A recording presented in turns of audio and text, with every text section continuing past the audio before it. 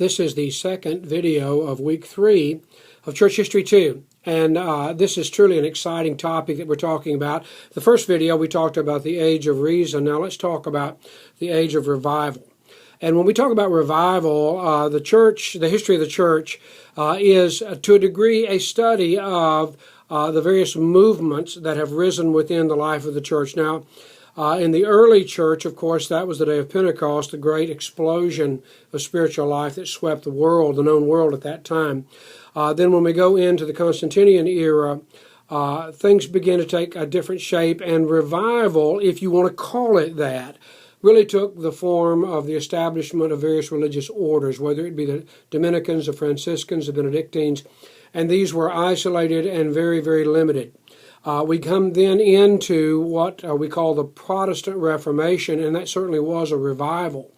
But once again, we're laying a spiritual life over the top of an understanding of what would be Christendom, which is church-state alliance, and therefore there was limitations on how far that could go, because the idea of a populace having individual personal relationship with God by conversion was unfortunately relatively new. And then we come to what we would call the age of revival.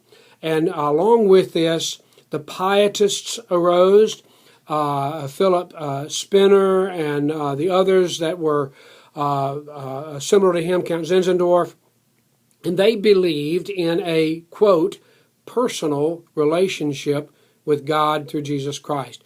Once again, that sounds rather strange, that it would say unusual to us. That's the way we live. But back then, that was sure truly unusual.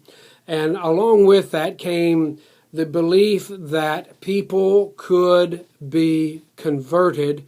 And so along came revivalists, among which the early ones were George Whitefield, John Wesley, and in America, Jonathan Edwards, and truly, truly exciting developments taking place in the life of the church. Now, as this took place, there was a parallel thing which had to do with denominationalism, which allowed for within a given region various levels and various varieties of the expressions of Christianity. And this is healthy for the church, even though today we wonder about the dividedness of the church. It was healthy and is healthy because it allows for the possibility of people being converted from being a citizen just of a secular society to true Christianity. We live today in a land that was birthed out of this type idea of revivalism and revival, and it's the history of America.